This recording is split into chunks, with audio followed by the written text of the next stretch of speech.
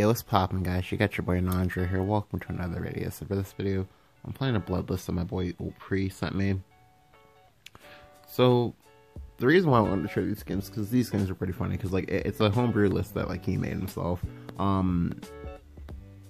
Like there were like some slight inspirations for me, but for the most part, like it's mainly just like his doing. Just because like I know he really has like this like love obsession with Spawn of the Abyss. So anytime he can try to make it work, we'll try to make it work. And so this is like his like love chop. Let me go ahead and just show the thing properly. Where is it? Here we go. Like the deck is pretty cool overall. Like I've been playing it for a little bit. It's been working out pretty well. And I figured I'd just go ahead and show a few games as like thanks.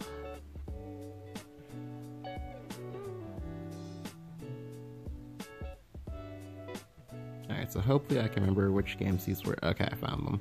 Alright, so these games are pretty funny. I enjoyed them a lot. But let's go ahead and start off with the Dragon game. So I believe I'll show the Dragon game, and then I'll show the Havencraft game. They were pretty funny.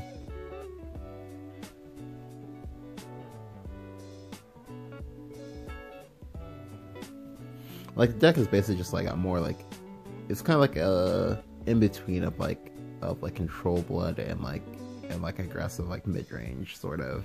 Like I guess you can think of it as like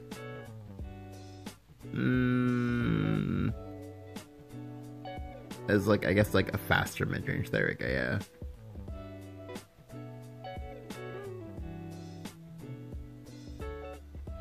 Alright, so I kept both my 2-drops because I'm going first. I'm versus Dragon. I don't want to. I really don't want to get greedy with my mulligan. So, as always, we see that he drew 2 cards. So I'll go ahead and play out my Liriel here. The reason why I play out Liriel is because I really don't want to evolve it. So I'll just gonna play out of here. The other reason why I played it out is because like if he plays Dragon Summoner, I'm gonna get punished by not playing out my Chi-Chi first. So let's go and play out the Chi-Chi first. Yep. I'll go ahead and go face for 2. My hand's looking kind of rough, like, because like my turn 4 is kind of a blank right now. That's not good. He plays a second IL. I'm like, oh my god, are you kidding me? So now I kind of want to clear off both of these. He makes the trade for me for one of them, and so for the second one, I'm just like Razor Claw, like, because I really don't want him to just like evolve over me. I mean, I guess I should just let him do it, but I didn't feel like doing that. He plays Oracle and then plays out the third IL. I'm like, oh, okay then. Alright, you got me. He evolves it. I'm now made a little bit sad because I could just play my Angel of the Word there, but yeah. So I don't pick up a third neutral, so what I'll go ahead and do here is I'll go ahead and just play out Scarlet. I choose not to evolve it because, like, I want to make him trade. Instead, he uses a Dragoon Scythe there to make the trade for me. That's great. Like him using a Dragoon Cipher like that is so good for me because like he basically just like passes turn. Like this is why like even though like people call Dragoon Cipher for being broken or whatever, like it makes for a lot of awkward turns like this where the Dragon Player just like floats a ton of mana. Because like the only time I feel like Dragoon Cipher is like super good is if they're on 8 mana, because then they can maybe play they can maybe say pair it with a Fervor. So I'll just go ahead and just play out my Phantom Cat. I'll evolve my Phantom Cat. I didn't want to evolve last time because like last time it wasn't really a good evolve for me, but this one's slightly better because he also just used a Dragoon Scythe there, so I really want whatever he plays into this to just die. However, he instead reveals that he is in fact Sawhawk, so I'm like, okay, that's fine. Because like the good thing for me is that like if you look at his hand size, he has no cards in hand. I have a billion cards in hand, so all they do is just keep applying pressure. At some point, he's gonna need to take a turn off to Fervor. When he does that, we'll get him. So here, I'm just gonna play out my Scarlet. I'll just go and Hungering Horde. Like, because now if he wants to have an Israfil, the Israfil will just die for free. That's fine with me, I'll take it. He plays up here Heartsinger here. Into Sybil. I'm like, oh, okay. That's fine for me. Like, if he wants to heal, he can heal. Like, he's still not drawing cards, and that's, well, he's still not drawing a lot of cards, and that's fine with me. So let's go ahead and Hector him.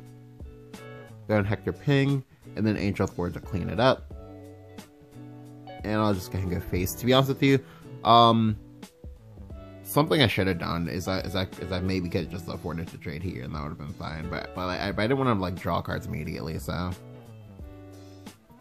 he does pick up the Breath of Salamander, and that's unfortunate for me. He then gets to go face for 1. Yeah, so now I go ahead and I play up the Israfil.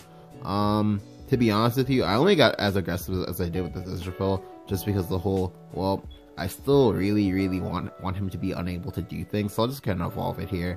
I evolve because I also know he has a Zeus in hand, so yeah, like if I just like killed the Pyrrhic Singer from earlier, I would just hard cast the Israfil, and that would have been fine. Like it dies to the Zeus that I know is in his hand. But instead he reveals an Israfil. This is nice for him because like it's a win-win deal for everyone involved. Like I lose my Scarlet, I lose my Israfil, but he loses his Israfil, he loses an evolve. He has one evolve point over me, but the board is now clear. I can do whatever I want on this board. However, because I have a lot of reactive answers, I'll just kind of like, you know, play it slow, just, you know, go one step at a time. Like I want him to develop cards into me, so this way I can go ahead and clear up his cards. I also want to like apply pressure. So here he drops the Baja. I'm gonna assume he dropped the Baja because like he wasn't expecting me to either have a Baja of my own, or I'm not really sure what was going on there. But I will in fact Baja him back. To be honest with you, this Baja was a little bit too ham even for me. The reason being is because going Emeralda plus Kai'Sa is better because like I get to apply pressure. I don't give him information that I have Bajas in my deck. Well, sorry, Baja singular in my deck. And so now like if he wants a Queen combo, I mean the Queen combo will be devastating. But instead he just suicides his Zeus, and that's fine for me because like that storm damage is not hitting me in the face because he's terrified right now. But yeah, like now because of the choice I chose to do, like this now means I have to give up my Israfil in order to keep applying pressure on him because like he still hasn't been able to fervor. Like I want to make sure that he never gets a fervor. Here he plays the Ozzy to Haka. I'm like, okay. I was assuming he was gonna get face, but no, he actually trades. Yeah, like he's trying to make this game go down to a game of fatigue, but that can't work because I'm playing carrots. I'm also playing other things. So all I'll go ahead and do here is I'll go ahead and play up my Kai'Sa, take up the carrot, and I'll just suicide the carrot with the Saha Quill. So this way again, he's still under pressure. He still can't play fervors. Like it's really important that I just keep him from being able to do that at every point in time. Because I gave up my Baja, I'm gonna be unlikely to want to play up my Emeraldas, but like he finally does take the chance to fervor. That's fine for him. Because you see, like because he's under so much pressure, like he doesn't have Evo points anymore. He already gave up the Saha Quill. He already gave up an Israfil. He already gave up a Zeus. He already gave up Bahamut. So now his plays are gonna be kind of awkward. I'll just go ahead and Grimnir him for the punish. I'll go ahead and catch my 6 damage. The nice thing is that he's already used a few heals too. So now we're at that point in the game where all the damage he's taking, all of it's going to stick. Here he decides to Queen combo me. I'm like, okay, how are you gonna kill me through a ward? And he goes for Queen combo to do Zeus plus fervor. Like he pitched so many cards that like I'm kind of curious as exactly what was in his hand, but that's fine. It doesn't matter because like I'm not in danger of dying. Like the only way I die is if he has a second Queen combo. Like that's super unlikely. I mean it could happen, but like it's super unlikely. So I'll just go ahead and go face for 6. And he's still under a lot of pressure. Like he still needs to Bahamut this board. He Bahamuts, I just go ahead and kill it. Like yeah. Yep, he drops the Baja. That's fine for me. I don't care. Like that's a second Baja, and it just effortlessly dies. And however, instead I decided to go ahead and full moon it. I decided to go ahead and full moon it because like one, the full moon only gets value on like Bahamut in this matchup because he's already given me so many other cards. So what I'll go ahead and do is I'll just go ahead and full moon and then just like develop a board. I'm not in danger of dying at this point. Like he can't kill me. The only thing he can do is just like try to like recover and like lick his wounds. However, at this point he makes a crucial error.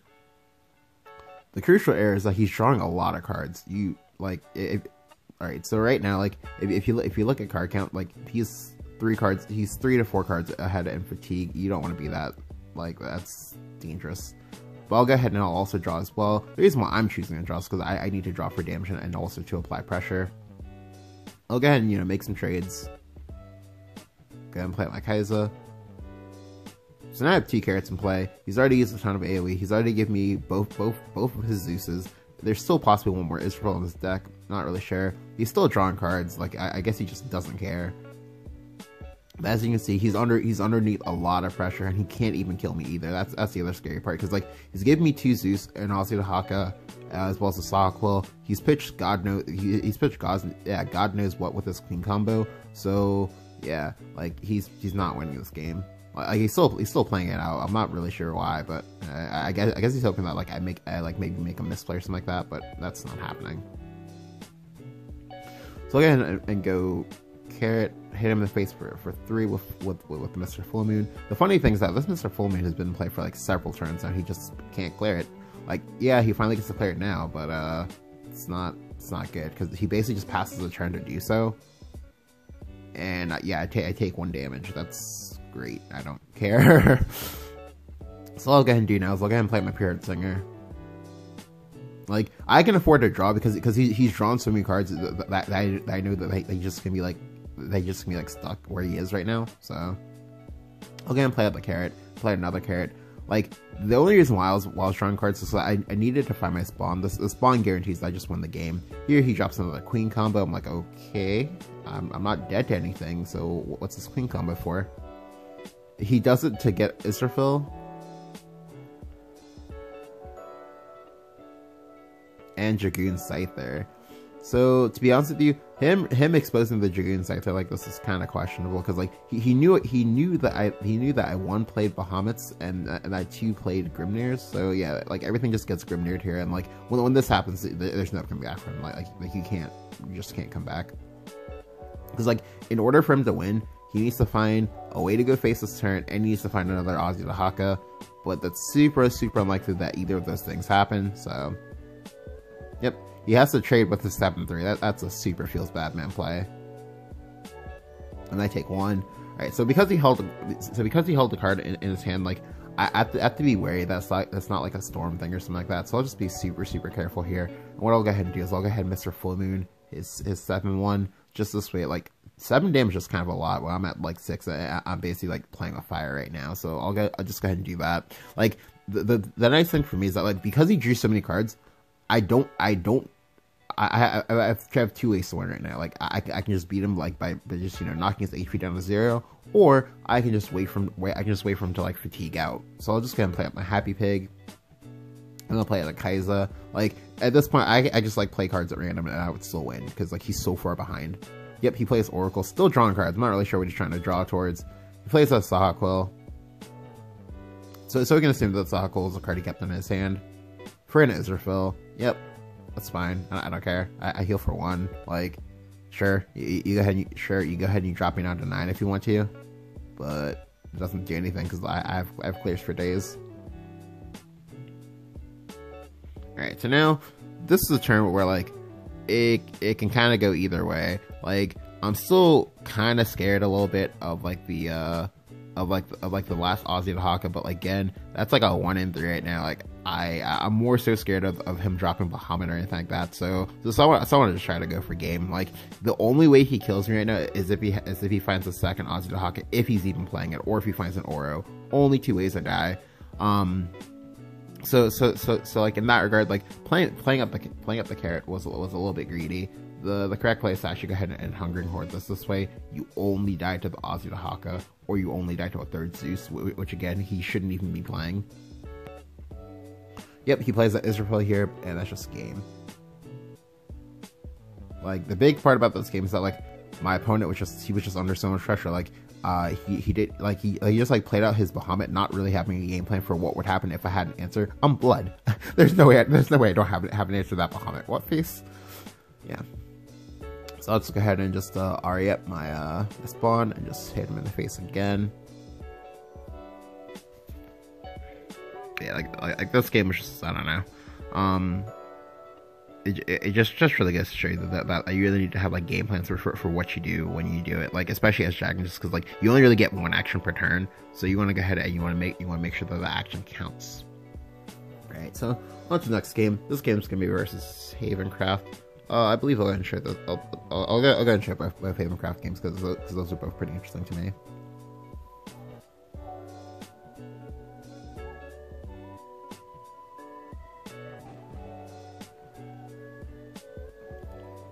So versus Havencraft, in my honest opinion, like it's usually a free win for you as Blood, if you're playing Spawn, just because like if you're actually like playing to the board, or you're actually, you know, like developing like presence, you're gonna be able to win. Because like for me, I find that the biggest thing is just like, can you force them to play Tribunal? If you force them to play Tribunal before you play Spawn, you almost assuredly win. If they can't like detonate the Tribunal on the Spawn. That's why I kept the carrot, because like the carrot means that if he doesn't play banishes early, that means that I can just go ahead and just apply a lot of pressure. Hell, even if he does play the banishes, like the banishes they cost mana to do, so I don't care if this gets like banished. Like if it does, you know, that sucks, but like gotta play to win. So I pick up the Phantom Cat. Like Phantom Cat's also great because like again, it's really important that I control the board and put it into a spot where like where he gets baited into using the Tribunal on something like meaningless. And when he does, I just go and bop him.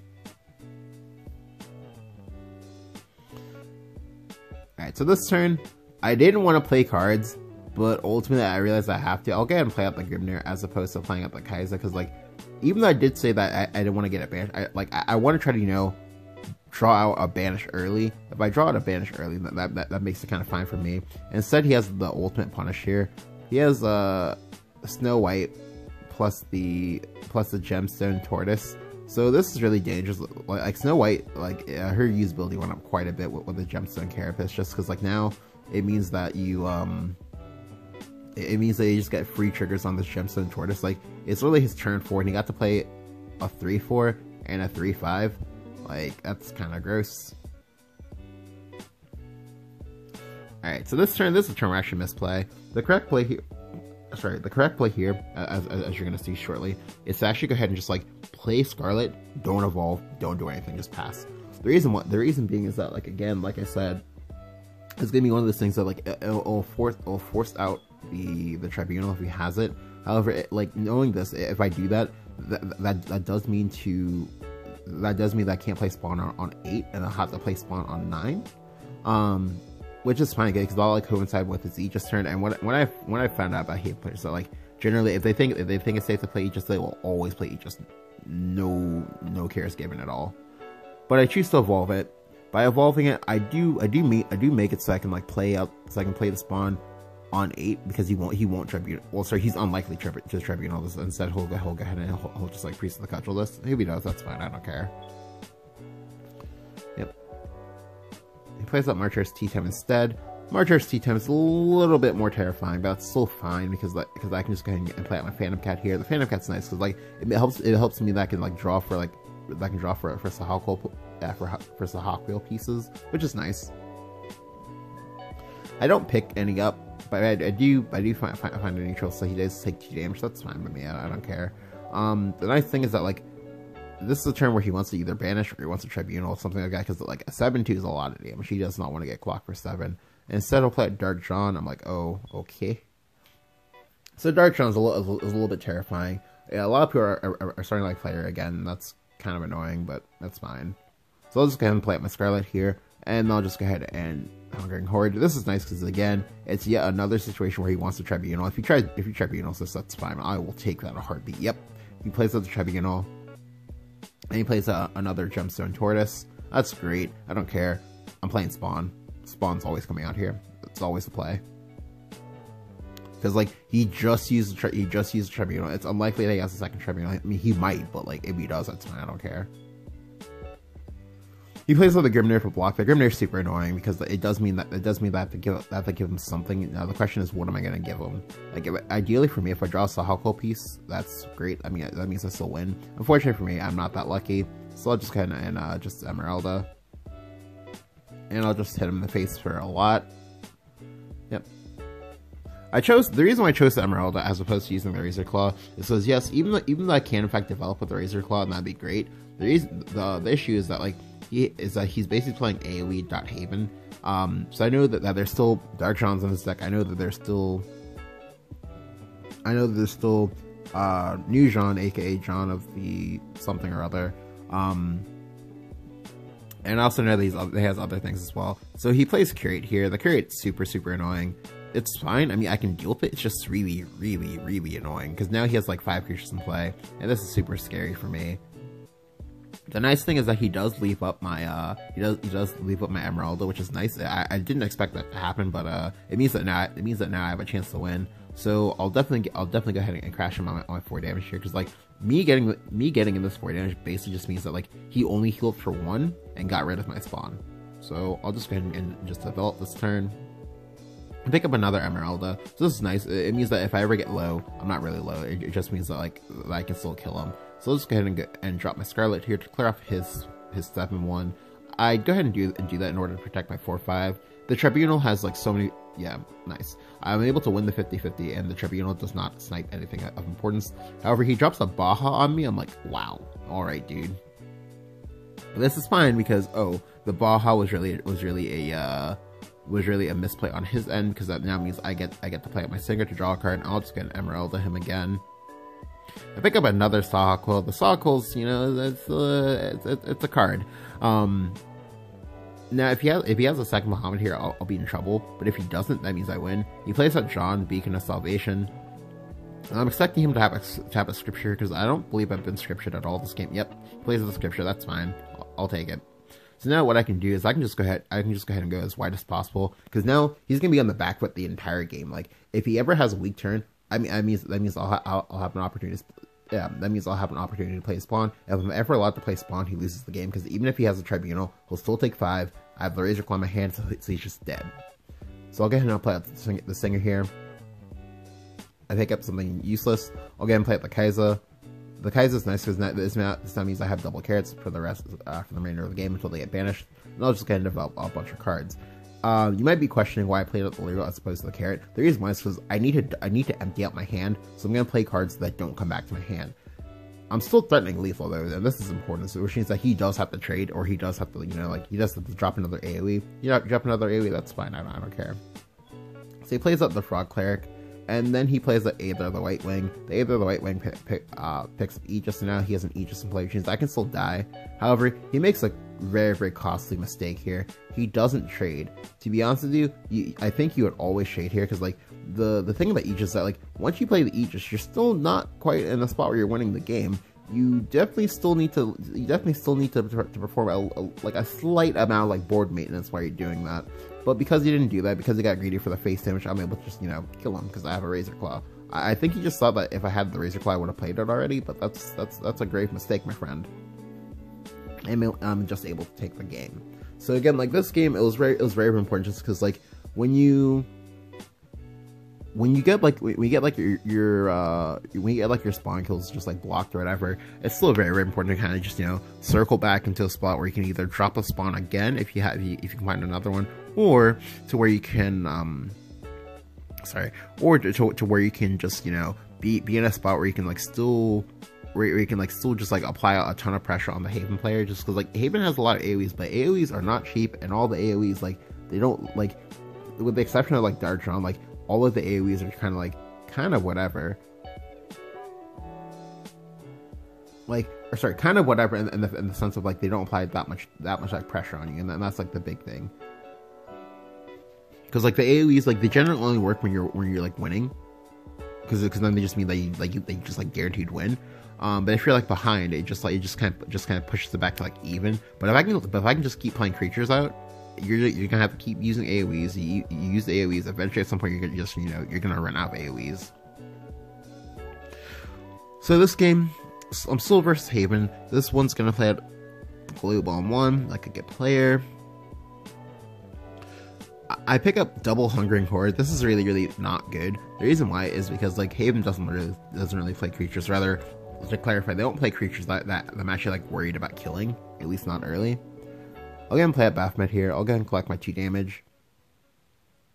This is nice because even if he has Scripture here, this means I can get another 2 damage before I'm forced to react to the board. I thankfully get my spawn. He plays Summit Temple. So I'll just go ahead and Angel Thor to space here.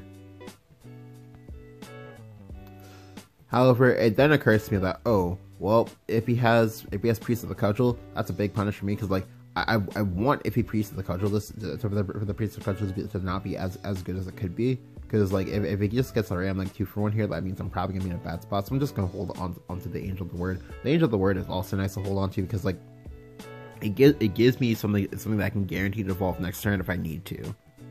Like there is a chance he might just just Tribunal this. Yep. All right, Mr. Haven player. So now this is great. This is great for me. So here I misplay the correct play. Well, a possibly correct play because there's a lot of different ways you can go about this. The correct play is to go ahead and it's either Angel of the Word and then evolve the trade into this, or is to go ahead and ping face, evolve the Angel of the Word, trade Hungering Horde. Again, like I said, like the Hungering Horde is gonna be kind of like stuck in my hand for a while if I don't do this, but I wasn't thinking about it. I just had to go for like the most efficient thing possible, which is go ahead and just use one card to answer one card. But like I said, the one face damage might actually be like relevant just because like he is Haven, which means I do have to worry about like creates and frog clerics and things like that. He evolves his Ancient Lion Spirit. I'm like, okay, all right, that's fine. It's kind of annoying, but again, it's like fine. So what I'll do here is I'll actually go ahead and play out my Phantom Cat. I'm not going to evolve the Phantom Cat. Evolving the Phantom Cat plays into AoEs. I mean, granted, like, the Phantom Cat dies on board if I don't do this, but it's fine, I don't care. A quick side note, the one face damage that I like mentioned earlier that I lost by not using the Hungering Horde is actually kind of relevant here because like because ordinarily spawn with an Evo is 13 damage. He's at 14, so if I pinged this face, I would mean that I wouldn't like need any more additional damage for the spawn to kill him. He does play at the Frog Cleric, but that's like whatever. That's still fine. So he does make the trade. His Tribunal's popping next turn. But I want to try to put myself into a spot where like he's gonna like make like slight like errors, like because I really don't want him to get out the don't want him to play the Heavenly Knight for free and just hit me in the face for 9. So what I'll go ahead and do here is I'll actually go ahead and play up my Scarlet to ping this, and I'll go and play up my Liriel. I know for a fact that I'm almost assuredly never evolving this Liriel, and the Happy Pig might actually be relevant later. So it does mean that I put myself into like a 50-50 in order to like lose the game sort of, because like the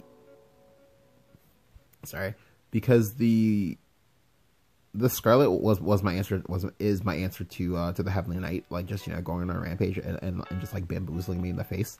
I mean, granted, we know that I have like the 3 Hungry Hordes I just like cast on the Knight if I need to, but like I'd rather that not be what I do. Instead, he plays Jean, Beacon of Salvation, so I'm like really curious about this. Like he played it for like no value at all, but that's fine. All I can do here is that like this basically just invites me. Yeah, this basically just like invites me to play Spawn for free. If he had the Tribunal, he would have played it instead of like playing the Jean. So I know he doesn't have it. If he finds it now as a top deck. I'm also threatening lethal, so this is great. So he makes a trade here. He'll play out Heavenly Knight. He evolves the Heavenly Knight immediately and just goes face low. My opponent just did not think at all. Like he just did not think that there would be like any like repercussions or anything like that. But now he's just dead. Like I guarantee my opponent did not think he'd be dead. But this is like super like 100 IQ lethal pulse or something like that. I'll just go and go Slowpoke for Israfil. The Israfil will change the Heavenly Knight. It'll also kill the Heavenly Knight, and that can go ahead of him for 13 with a spawn and then just kill him. Yep. And my opponent's just dead. So like the big thing about this game is that like my opponent just he played up the Tribunal for a 2-1. Like Tribunal is such a valuable card. Like I just, it always blows my mind when I see people just trade it away for like 2-1s or things like that. Like that's so lackluster. I don't know. But yeah, like the deck is really cool. I actually like it quite a bit. It feels very fun to play. But yeah. If you enjoyed the video, go and leave a like, go and hit subscribe, and if you haven't, let me know what you think about Ulpri's Bloodlust down in the comments below.